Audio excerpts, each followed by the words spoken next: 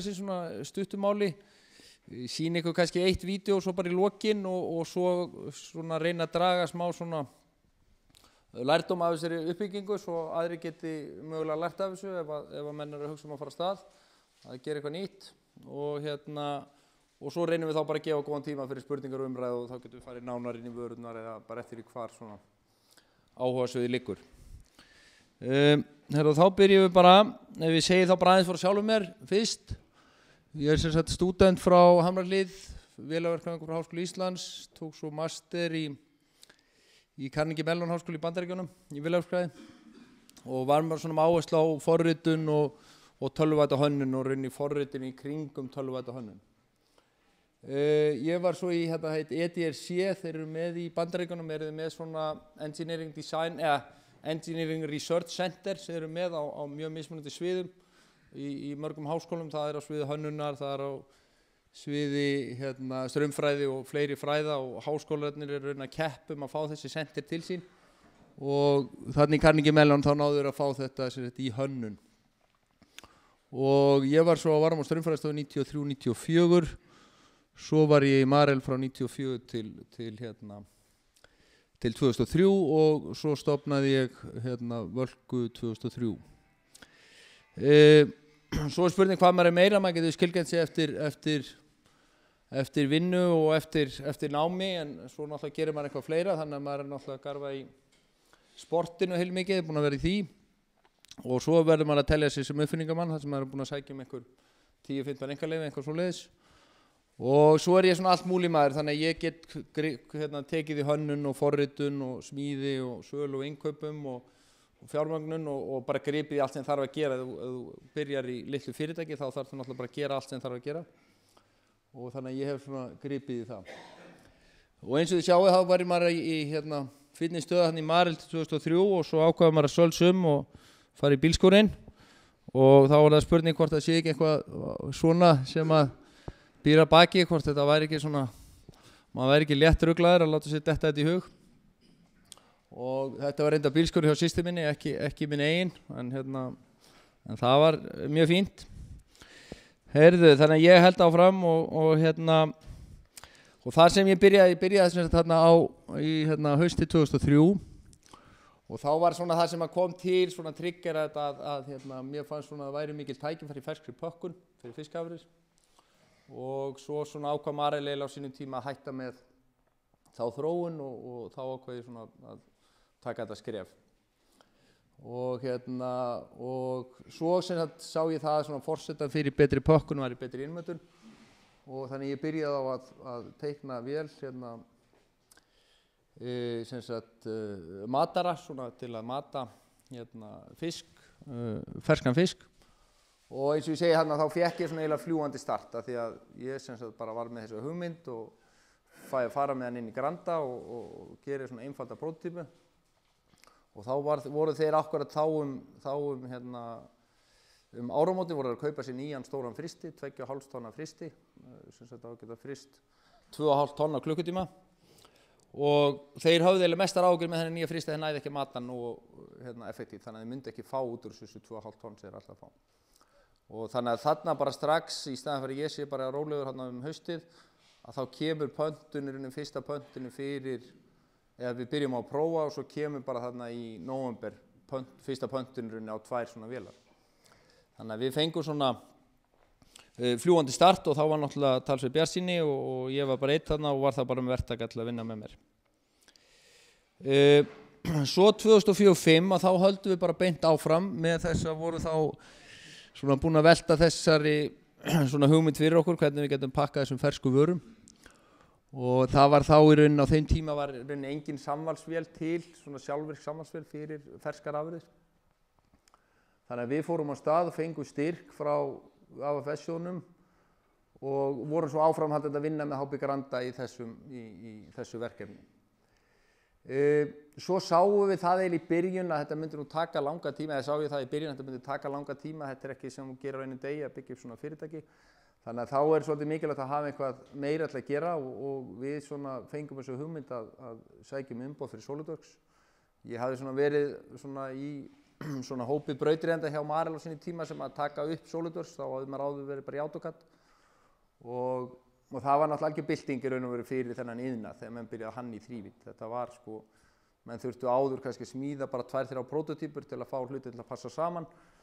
og svo þegar það var komið þá þurftu að fá alltaf að virka en núna með svona þrívíddar hönnunarforritum, eins og sjá þessar myndir, þetta er úr því kerfi, að þá ertu svona nokkuð pottitur að þau hlutin passa allan saman, þau er búin að teikna á og þá er óvissan sem er eftir í rauninni bara varðandi virknina og stýringar og annað slíkt. Og svo náttúrulega fórum við bara beint á Brussel, þannig að það var hugsað stórt í upphafi að byrja að kynna þessum að gera og fengum bara lítinn bás þar. Og það var náttúrulega kannski ekki síst fyrir það að þessi Brussel sýning er kannski eiginlega besta sýningi fyrir Ísland líka. Það koma í rauninni eiginlega allir í fiskina en koma þangað. Þannig að það hefur reynst okkur í rauninni vel og við höfum bara verið þar með í rauninni frá upphafi. Svo er ég komin, þetta var í 2004 og 2005, svo 2006. Þá í rauninni settum við upp, má segja, fyrsta vinnslukerfið í kringum þennan Rapid Weir sem við köllum, sem er þetta samvalstæki fyrir ferskar afurðir. Og þarna þróum við nýtt grunnkerfi frá grunni og tókum svona ákveðin pól í heiðina, nota Linux, C í tækjaforritun og svo svona Apache PHP og MySQL í viðmótið á tæki. Og þetta var virkilega svona stórt skref í rauninni fyrir okkur að búa til eitt svona heildar vinnslukerfi sem er í að vinna í ferskum afurðum. Þetta er mikil pressa, það þarf að það koma pantarinn morguninn, það þarf að afhendast klukkan kannski 1 eða 2 eða 3 daginn og það má í rauninni ekkert klikka. Þannig að þetta var ansi stór biti en í rauninu verum að segja við höfum valið mjög vel af því að við höfum í rauninni engu breytt hvað þetta varðar. Grunnkerfi sem við erum með í öllum okkar tækjum sem við erum að stýra er í rauninni alveg sambarilegt og við fórum á stað með í upphafi. Þarna fórum við svo stað með á sama tíma fórum við á stað með þetta sem við köllum Rapid Trade og erum enn að keyra og þá sáum við bara tækifæri í því að út af þessum breytingum, það er verið að panta vörur og það er verið að breyta verðum, það er verið að breyta öllu í tengslu við þessar pantanir alveg fram á síðustu stundu, að við sáum að það var hægt að gera miklu betur heldur en var að gera í dag. Og eins og þetta var þá til dæmis í HB Granda á sínum tíma, þá var einn sölumaður, hann var að selja bara í símanum eða á tölvupósti eða eitthvað og svo þurftu þeir sem voru með bókhaldið þurftu að gera reikningana, þeir vissu kannski ekki verðið, voru kannski ekki hárvissir magnið og þetta var svona heilmikið vesen. Þannig að við í rauninu fórum á stað með þetta fyrir þetta ferska og gerðum í rauninni svona, má segja, svona nokkuð vel besta kerfi fyrir það, þar sem við vorum að taka þessi kerfi alveg til viðskiptavinarins, þar sem hann getur verið að panta, sölumar þarf bara að samþykkja og þá fær framleiðslan að vita af þessu og þannig að þetta svona þróuðu svo með Granda. Þarna fengum við svo nýja hluthafa í fyrsta sinn inn í félagið og þá voru einkafjárfestar sem koma að þessu með okkur. Og þá fluttum við bílskúrnum í Akralundi 1 og fórum í einhverja 140 fermetra. Svo svona árunum 2007-2008 þá fórum við í samvinnu Nýfisk þróun. Þá förum við náttúrulega að reyna að selja þessa vél sem við gerðum fyrst sem var þessi Rapid Weir vél eða samvalsvél og hún hefði eflaust átt markað mögulega í kjúkling, mögulega á öðrum landsvæðum en þegar vorum að vinna hérna á Íslandi þá sáum við að sú vél hentaði engan veginn fyrir þorsk eða þessar viðkvæmari tegundir. Þannig að þá kviknaði þessi hugmynd að þessum flokkar sem við köllum Rapid Aligner og við fengum styrk frá AFS og Rannís í þetta verkefni og fórum að vinna með Háskólanum í Reykjavík við að þróa algríng til að velja saman í pakningar og þannig er verið að pakka í ferska kassa og markmiðið er að pakka í fasta þyngd. Þarna á þessu tíma seldum við fyrsta erlenda kerfi og það var Rapid Trade Marine Harvest, þannig að það var ágætis skref fyrir okkur að þá komumst við aðeins í snertingu erlenda markað. Og svo fengum við verðlaun á Rapid Aligner vélinni á sjávarútvegssýningu í Íslandi sem svona, já ég man ekki hvað að kalla þetta en svona sem besta tæki á sýningunni eitthvað slíkt. En svo vorum við búin að vinna mikið á Íslandi, 2008 vorum á þessu sýningu og akkurat þessu sýning hérna 2008 þá kemur hrunið hérna á Íslandi. Þetta var mjög eftirminnileg sýning í raun og veru. og þá datt eiginlega botninn úr öllu sem við höfðum verið að vinna á Íslandi. Við vorum með slatta af svona heitum málum í gangi, en það var eiginlega öllu bara slegið á frest. Þannig að þá tókum við ákvörðun að við þyrftum að einbeita okkur að erlendum mörkuðum og það var og það var fyrsta stóra erlenda salan. Þá seldum við þennan Rabita Line flokkara til Noregs og hættum þá með Solidworks, ákveðum að einbeita okkur bara okkar kjarnastarfsemin sem í fiskineðnum. Og svo vorum við að þróa róbótatækni, kynntum svona þessi róbótatækni, fengum styrk frá AFS og vorum að þróa svona í tengslu við röðun hjá HB Granda. Og þá kom það í ljós sem þegar hrunið var, að þú varst með einhver sjálfvirkniverkefni hérna á Íslandi, að þá var allt í einu vinnuafl orðið í rauninni helmingi ódýrara með verð á fiskinum og samanleiðis hækkuðu róbótarnir sem við vorum ekki að framleiða sjálfur, heldur að kaupa að. Þannig að það datt eiginlega botninn úr því verkefni allavega svona í bili. Svo kemur 2010 og þá svona einbeitum við okkur aðalega að Noregsmarkaði. Við sjáum að það mikið tækifæri í Noregi og sáum að það opnaði svona tækifæri að selja hugbúnað í eldri flokkar í Noregi, laxæðina. Og það var menn voru kannski með einhvern stóran og mikinn búnað sem kostar kannski 100 til 300 milljónir geti kostað svona kerfi og menn voru með mjög lélegan hugbúnað frá þessi flokkari sem við höfum verið að, eins og þessi flokkari með Scanvegt hugbúnað sem var svo sem Marel keypti svo það fyrirtæki og þá var í rauninni þetta orðið svo hálf heimilislaust og þannig að þetta fórum með stað í svona verkefni sem kom mjög vel út og það í rauninni með því komist við að segja inn í þennan laxaðinað. En við vorum ekkert hættir í þróun þannig að við fengum svo styrk frá AFS-sjóðnum til að þróa beiniskurðarvél byggð á röntgentækni og fengum sprótaverðlaunin fyrir 10 til 100 milljón króna fyrirtæki þarna árið 2010. Og þarna var eiginlega orðið ljóst að það er erfitt að koma svona stökum tækjum inn á markaðinn. Að það menn vilja færri byrgja og þannig að markaðurinn vill fá svona einhverja heildarlausnir frá einum aðila. Og svo seldum við Rabita Line til Kanada líka sem var fyrsta salan inn á Kanadamarkað og þannig að við komumst aðeins með fótfestu þar. Og í millitíðinni vorum við svolítið að vinna í Færeyjum líka, það svona þessi markaðir sem við höfum verið að vinna á. Það í Kanada, Noregi, Færeyjum og svo hérna á Íslandi. Svo 2011,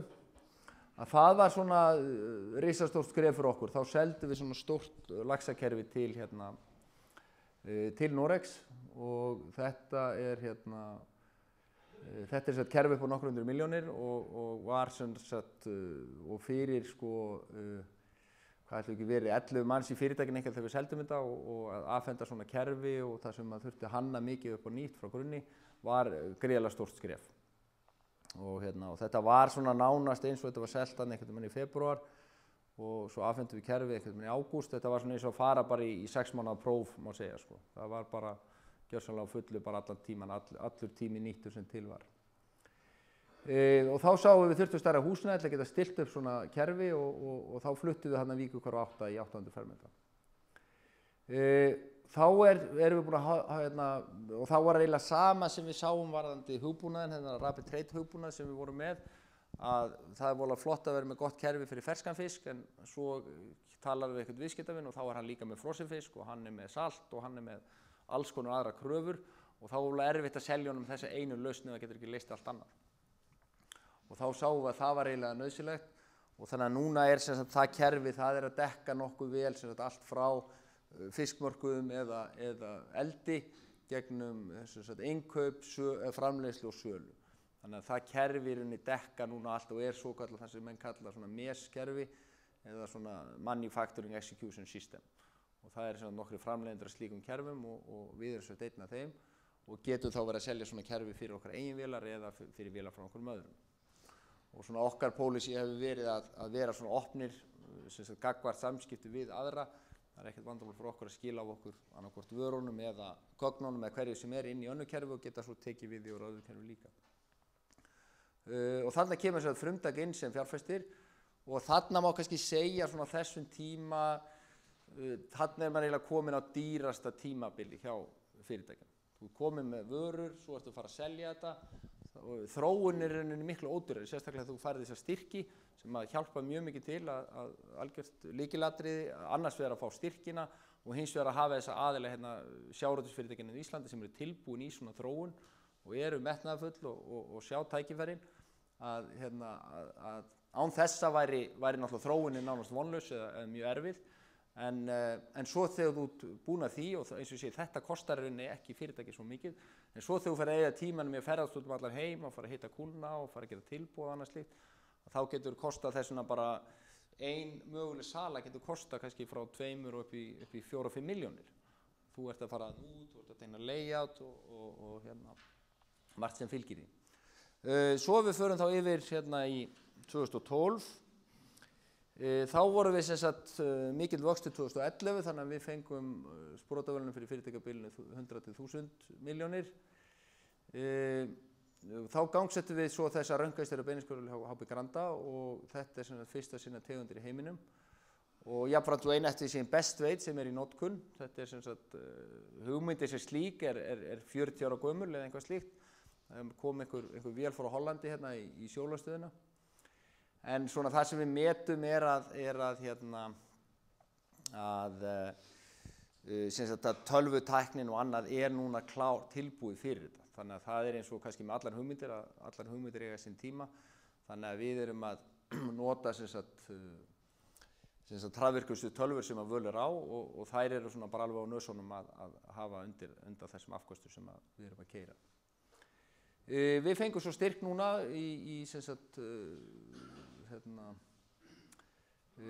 núna 2012 frá AFS og Ranni seinnig við að þróa þennan beinaskurð áfram með hallandi skurði sem nauðsynlegur fyrir stærri flög. Við ákváðum að taka þetta svona í 2 skrefum, byrja á að skera bara beinan skurð sem fýtt fyrir minni flög af flestum tegundum en reiðu fyrir stærri flög þá þarf þetta að geta hallað hnífnum til að elta beinin betur og þannig að það þannig að við erum að vinna í því verkefni núna og það þessar 3 ára verkefni sem við erum að vinna í og svo tókum við núna inn fyrstu millistjórnir í fyrirtækinu þannig að við réðum núna fjármálastjóra og framkvæmdastjóra en fram að því hafði þetta verið bara ég og allir aðrir og þannig að nú erum við svona að byrja að setja svona strúktúr á fyrirtæki. Kannski sýningu það bara örstutt, þetta nú bara hérna á síðunni hjá okkur þannig að sýningu bara örstutt með kannski aðeins bara kannski örstutt flett í gegnum sko bæklingin okkar til að lýsa svona þið áttu eitthvað svona aðeins á sko varðandi vöruflóruna að þá þetta sem sagt þá erum við með þennan bækling og þessi bæklingur bara á netinu þannig að þarna erum við að kynna okkar svona hugbúnaðar og tækjabúnaðar lausnir. Hérna erum við nú bara að segja frá starfsmönnunum og svona hver okkar metnaður Svo erum við með þessi heilfiskerfi í laxinum. Svo erum við með svona innmöndunarvélar eins og þessu sem ég sagði ykkur frá. Snirtilínur og þetta svona spurningi af hverju fórum við út í snirtilínur en ekki gera það einhvers annar staðar og þá má segja að við sjáum að það spili mjög vel með þarna beinaskurðarverkefnin að þetta að til að geta verið í stakk búin til að bjóða lausnir í kringu það þá þetta sem við þurfum að hafa í verkvarakassanum. Svo þessi flokkari sem ég sagði ykkur frá og svo það hefðbundi flokkarar og það má segja svona tilkoma þessa hefðbundi flokkara kom út var í rauninni út af þessum stóra laxaverkefni sem við fengum. Og svo maður velta fyrir sér af hverju fórum við að gera þetta laxakerfi en ekki eitthvað allt annað að þá var það eiginlega má segja bara pressa frá markanum. Eftir uppkaup, eftir að Marel var búið að kaupa upp Scanvect og fleiri fyrirtæki að þá var bara engin annar á markanum. Þannig að í raun og veru eins og var þetta tiltekna kerfi og nokkuð fleiri kerfi að það voru bara 2 sem voru að bjóða, það voru bara við og Marel. En ég hef svona bjóst að við í allan að sjálfur að það myndu fleiri koma miklu fyrr eins og Bater til dæmis sem aðrir stór aðilar á markanum. Þeir keyptu eitthvað flokkara fyrirtæki þannig að maður bjóstu að þeir kæmur hratt innan á markað. En það hefur ekki gerst allan ennþá en að því að menn eru nú aldrei einir mjög lengi á markaði þá opnaðist það nákvæði